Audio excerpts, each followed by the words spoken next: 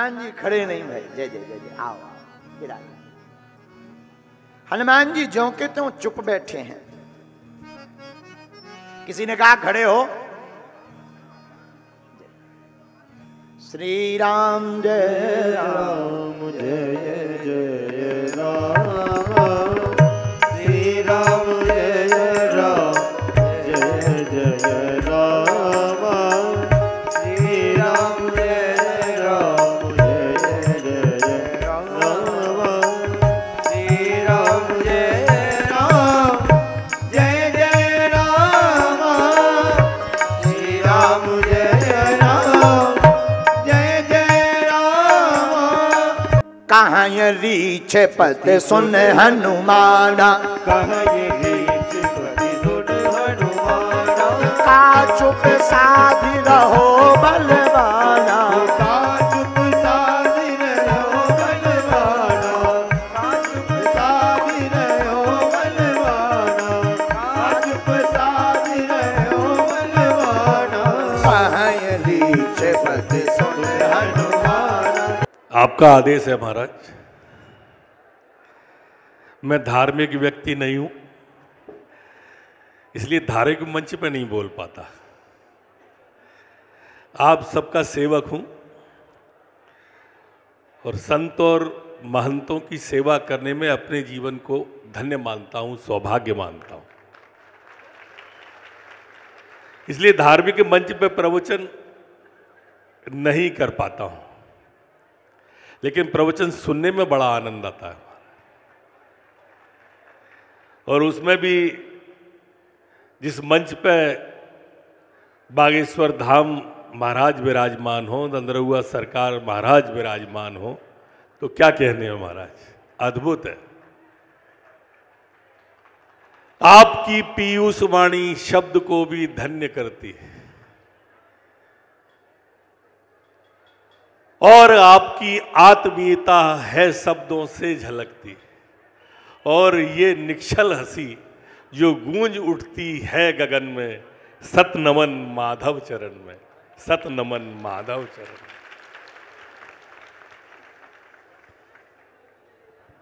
आप दतिया पधारे थे तब मैंने कहा था महाराज, संत हमें याद करें ये हमारा भाग्य होता है, हम संत को याद करें सौभाग्य होता है, हम संत के यहाँ चल के जाएं ये परम भाग्य होता है, और संत चल के अगर हमारे यहाँ आ जाएं तो ये महाभाग्य होता है, और इतने पर भी नहीं समझें तो दुर्भाग्य होता है। अनेक संत विराजमान है महाराज, हिम्मत नहीं हो रही पीठ करने की। नंदरहुआ सरकार के साथ में मैं क्या कहूं महाराज, ऐसे संत और ऐसे निश्चल, ऐसा मन उनका, जब मिलो तब लगता है कि बिल्कुल आत्मा विभोर हो जाए, पुलकित तो हो जाए प्राण, आत्मा आनंद विभोर हो जाए महाराज, ऐसे संत महाराज। लोग समझ नहीं पाते हैं। एक हमारा शास्त्र ऐसा शास्त्र है, हनुमत कथा हो या भगवत कथा हो, आप किसी फिल्म के गाने को 4 बार 10 बार 12 बार से ज्यादा नहीं सुन सकते। किसी फिल्म के डायलॉग को, किसी नेता के भाषण को 2 बार 4 बार 10 बार से ज्यादा नहीं सुन सकते।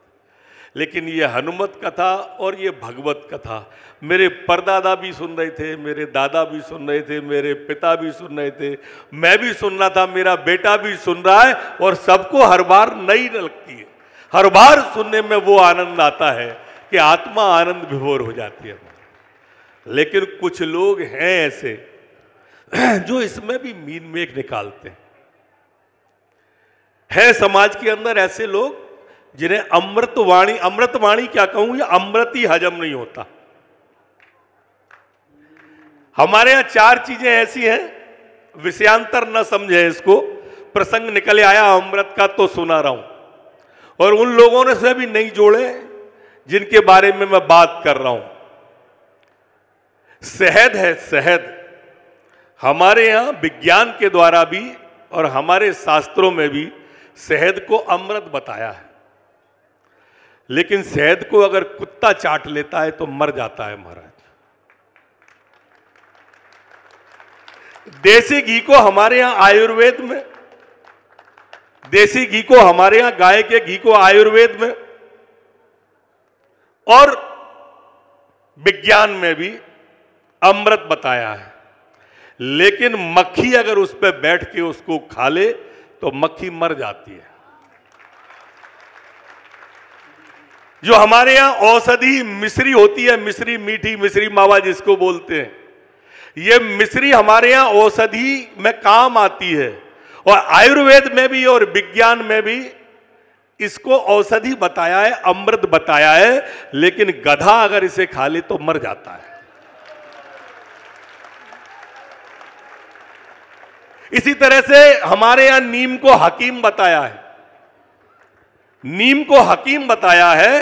कौआ नीम के पेड़ पे ही रहता है, लेकिन नीम की अगर निबोरी खा ले तो कौआ मर जाता है। अब ये चारों चीजें हैं तो अमृत, लेकिन कुछ ऐसे हैं जिनको हजम नहीं होती है।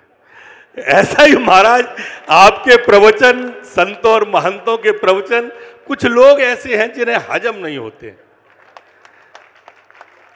अब जिन्हें हजम नहीं होते, मैं उनकी तुलना मैंने गधे से नहीं की है, मैंने उदाहरण दिया है, मैंने कौए से नहीं की है, मैंने कुत्ते से नहीं की है, मैंने एक प्रसंग सुनाया है। इसका इसलिए कोई राजनीतिक अर्थ ना निकाले।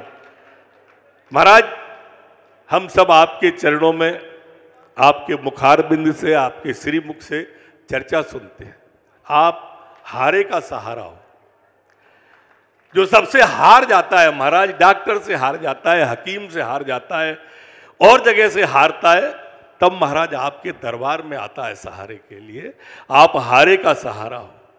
हमारे यहां दंदरहुआ सरकार डॉक्टर हैं, परेशान हाल व्यक्ति आता है और आपके सामने अपना दुखड़ा कह के एक संबल प्राप्त करके जाता है, एक हिम्मत प्राप्त करके जाता है, एक ऊर्जा प्राप्त करके जाता है। इसलिए मैंने आपको हारे का सहारा क्या है।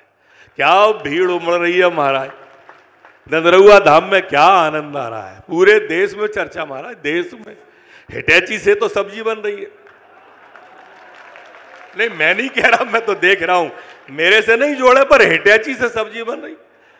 मिक्सचर से मालपुआ बन रहे हैं महाराज, मिक्सचर से मालपुआ। अब ऐसे अद्भुत कारीगर और ऐसी अद्भुत रसोई महाराज हमने नहीं देखी। धन्य है भारद्वाज जी को। ये ठेकेदार है महाराज, पर है बहुत बड़ा सज्जन आदमी। ये भांग के खेत में तुलसी का पौधा है, और इसलिए महाराज हमारी सांसद महोदया भी विराजी हैं। प्रणाम कर रहा हूं बरुआ जी, आपको मैं देख नहीं पाया, क्षमा करना। हमारे मंत्री हमारे एक मंत्री तो आ तो जाओ मेरे बगल में, हमारे ओपीएस भदौरिया जी हैं महाराज, मंत्री हैं हमारे साथ में। इन सब के लिए एक बार तालियां बजा दो, हमारे सांसद जी, ओपीएस के लिए, बरुआ जी के लिए। मैं भिंड की जनता को प्रणाम करता हूं। आप सबके बीच में मैं व्यवधान नहीं बनता, महाराज का आदेश था इसलिए थोड़ा समय लिया। बहुत बहुत धन्यवाद। रामचंद्र भगवान की आज तो भाई अद्भुत आनंद आ गया। एक बार जय श्री राम जोर से बोल दो, और जोर से बोलो। देखो इससे कहते हैं चतुरता। भी कथा में कह रहे थे हनुमान जी विद्यावान गुणी अति चातुर हैं, और पीताम्बरा की नगरी के मध्य प्रदेश के गृह मंत्री भी कितने चतुर हैं। गधा भी बना दिया, कौवा भी बना दिया, और धर्म विरोधियों को जवाब भी दे दिया, और सनातन का झंडा भी गाड़ दिया। क्या गजब। और इन्होंने बोला भी नहीं है, ये भी सुनो। वो कह रहे थे महाराज जी हम नहीं कह रहे हैं, वो तो कहावत कह रहे थे। मतलब सीधा सा कॉन्सेप्ट है, जिनकी समझ में आ जाए। अब समय आ गया है जगने का, सनातन की एकता का। जो कथाओं को, संतों को और भारत की सनातन संस्कृति को पाखंडवाद या झूठ मानते हैं भैया, उनके लिए ये मुंह पर तमाचा है। अब आप सब सनातनी एक हो जाओ और पूरे मध्य प्रदेश में नहीं, अब पूरे भारत में ऐसे ही सनातन की बुलंदी होनी चाहिए।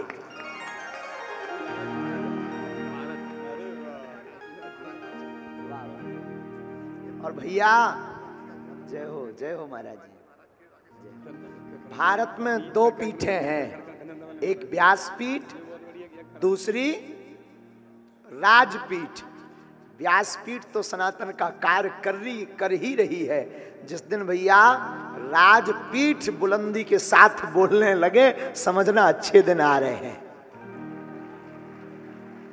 दोनों हाथ उठाकर बोलो जय सिया राम, जय सिया राम, जय सिया राम, जय सिया राम।